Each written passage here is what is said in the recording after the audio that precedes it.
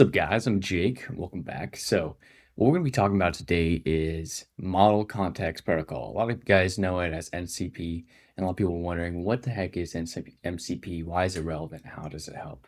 So, in short, it makes AI agents more intelligent.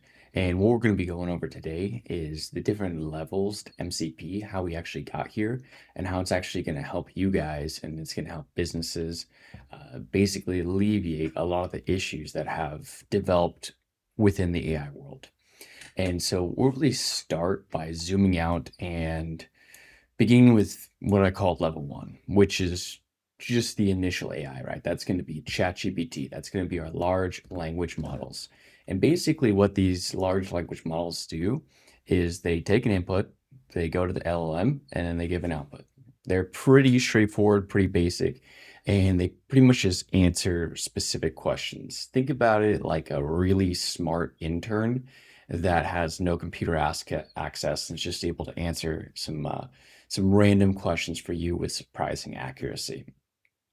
What they can do is, they can write, they can explain, they can plan, but they can't do a lot of other things, right? They can't make API calls, they can't take real action, they can't query databases, they can't do any of those kind of things.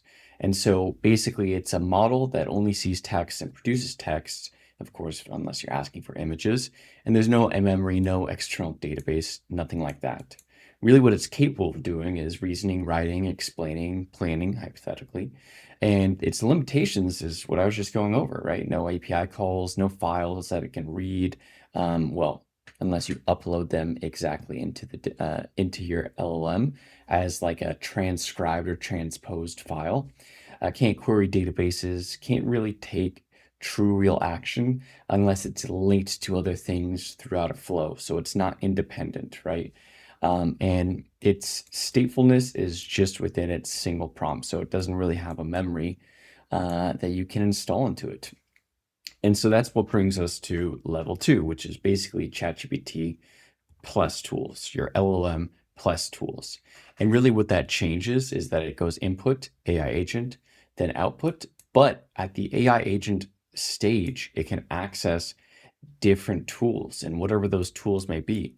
Potentially maybe you need to call a specific database to get some information, and then you need to use some code to determine things inside that information or make changes. And then you need to use that information that you pulled and filtered with your code to actually get more information or get some sort of response or request from an HTTP. And so some examples of this is, what's today's revenue, right? And then LLM can get revenue today equals today. App runs functions, app sends results back, LLM explains it. It's simple, powerful, works great with dashboards, data lookup. The limitations is you have to hard code everything. It's not discoverable, it's not reusable against platforms, and there's no shared protocol. And so it has very tight coupling between different LLMs, tools, and app logic. And so essentially, one of the big problems is that everything you see here, we have to hard code it. We have to go select our lists. We have to go write the proper code or JSON, whatever it may be, especially for this one, we have to write the proper JSON. And it can be very cumbersome, right? A lot of the issues, a lot of the time sink that comes in creating these agents and these flows is coming from actually figuring out these steps, going to our API documentation on Google or whoever we're working with, and kind of just figuring it out. And so that's 90% of the time that it takes to make these flows is all that error solving.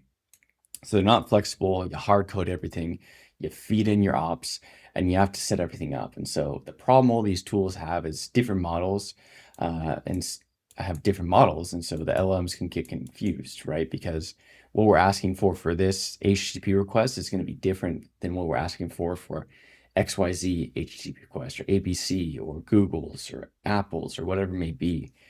And then the LLM can request a tool and it can call API functions and DB queries, but it can't do it without you actually coding that in prior to trying to request.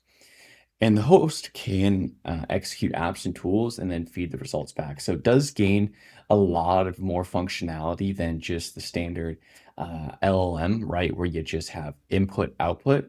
it can then call tools and you can be a lot more dynamic there. However, it still requires a lot of manual effort to actually set it up. And so now looking at an example here, right, this is just an email agent where basically it gets executed from another step somewhere along the process. And then it can access, right, its model is ChatGPT, and it can access all these different tools, right, whether it's send an email, email reply, label email, create drafts, get email, get labels, mark on read, whatever it may be. And you have to install all of this. And then you have to actually have it, have its outputs flow into the rest of your flow from there. And so level 3 is going to be the MCP, right? That's going to be adding this MCP layer in. Basically, it's just adding it into this guy, right? So it's all layering on top of them. Level 1 is just you start with ChatGPT. Level 2 is you layer in the tools into your ChatGPT. Level 3 is that you layer in the MCP into the ChatGPT plus the tools, and it's the middle layer right here. So essentially, it all starts the same. It's all starting the same in all of these, where it's input, AI agent or LLM, output. However, then there's something that happens right here when it goes to the MCP server. It actually goes to the MCP client first. So it's sending the client response, right? So that's your N8N, that's your Claude, etc. And then it goes to its MCP protocol, which is the uh, how they define interacting with the different applications on their server. And all of the largest, best companies have MCP protocols where instead of you having to actually do all of the work from installing all these tools, the MCP protocol does all the heavy lifting from that. So instead of having to have, all of these different tools right here, it has every single tool already embedded into it. And then it goes to the server and it figures out which tool you need based on the request you're having. And, just a little bit more information about that there. MCP is basically just a standard way for models to discover tools, call tools, access resources, and maintain structured context. Whereas previously in these, you had to structure it all yourself, right? It was all on you. Now it's on the MCP and it's on that company to keep their MCPs up to date. And so you don't have to make any changes. The MCP is making them for you via what the company is integrating. And so this works across systems, and it's basically a good way to think about it in a mental model is it's the USB-C for all tools, right? If you guys remember back in the day when Apple had their specific charger, Samsung had their specific charger, everyone had their specific charger, and it was really super annoying. Now there's a universal USB-C that practically every single device works off the USB-C. And so it's standardized. And just to walk you through in a different logical pattern, it's basically agent logic goes to the tool abstraction, goes to the MCP protocol, goes to the external systems, whether it's your API, your SaaS, your files, what have you. And now going back here, so that happens right here in the MCP step. And let's say the protocol we're working with is Notion, just in this example, right? So it actually, Notion's protocol is right here. It's Notion's MCP server. And once you get to this, instead of us having to define all of these, just based on the prompt, based on our natural language, it's going to say, okay, what resources do we need? And then it pushes back to it requests the resources, then it pushes it back. And then it says, what schemas do we need? It requests the schemas, then it pushes it back. What prompts do we need? It requests the prompts, and then it pushes it back. And I am realizing now I have my arrows backwards, but it's fine. The same idea. It's a round trip. And then it says, okay, what tools do we need? It finds the tools we need, and then it sends it back. And so it does all of the creation for you. And so essentially we're enriching the data we need, and it figures out all of the above by itself. And so it really standardized the process for calling tools for LLMs, as well as it's self-updating, as we were talking before, the MCP protocol, MCP servers. That's on the company to actually update all this, so you don't have to go back into your flows and continue to update it all. And so here's an example of an MCP agent where you can see that we have all of these different actions here, and each one of these is basically going to lead to an entire branch of this that's on the server of the company. And it's not going to have access just to the 7 tools we included there. It's going to have access to every single tool, and it's going to browse through those based on the prompt, based on the natural language you input into your agent. It's going to browse through those and decide which tool from all of these repositories do we need, and then it's going to effectively call that tool for you. So some examples of this is, let's say that we have this Airtable agent, right? This Airtable agent is the same as this kind of agent, where it's the LLM plus tools. And normally, you'd have to do all this manually, and you had to have the Airtable agent basically decide which of these tools that we uploaded, so it's not even all the tools, does it need.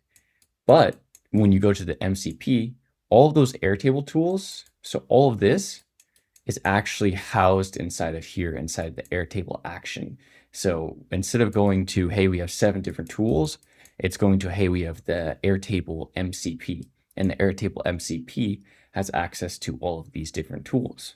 And you can see here, there's 13 instead of 7, right? So it actually has access to more that we didn't even add into there ourselves.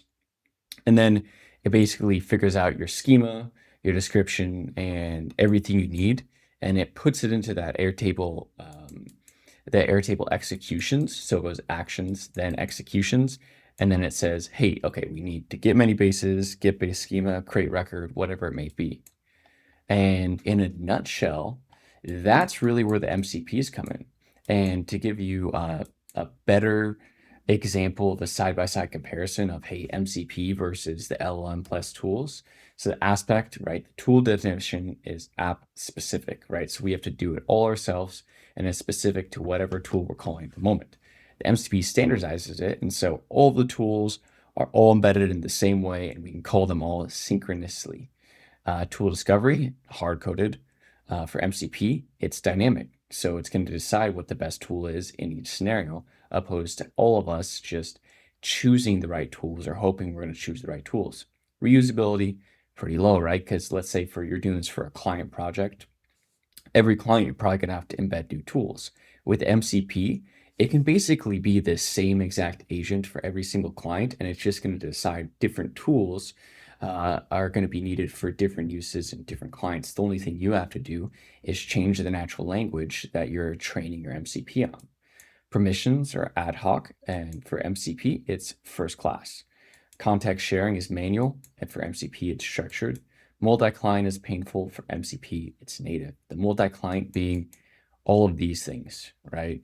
Or I should say all of these things, right? That's the multi-client. For the MCP, one of these things leads to all of these things. So to make that as short and simple as possible, what the MCP really does is it takes a whole new level of sophistication and automation to your overall large language models, where you can see the evolution of these things. Where first evolution, we had our ChatGPTs. Second evolution, we had our ChatGPTs plus tools. And now this final iteration right here, we have ChatGPT plus MCP plus tools. Makes me wonder, what's next? What are we getting next? I mean, we have our agentic agents, I suppose, but they're doing a little bit something different. You can install MCPs into agentic agents.